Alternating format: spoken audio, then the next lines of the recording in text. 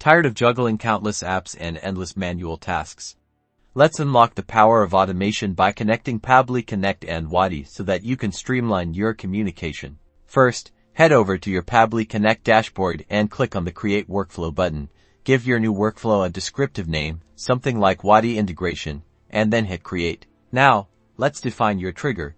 This process will tell Pabbly Connect what event should kick everything off. From the list of apps, search for and select Wati next. You'll need to choose a trigger event. This depends on what data triggers this integration in Wati. For example, new message received. Connect your Wati account to Pabbly Connect. You might need to enter your Wati API key, so refer to your Wati account settings to locate that information, then authorize the connection. Excellent. Now it is time to set your action app. Choose the application where you want to send your information.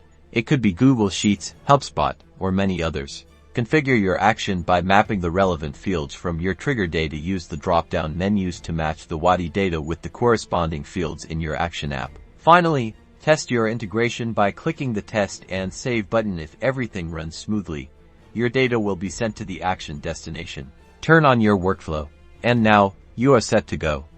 This integration will run automatically until you disable it.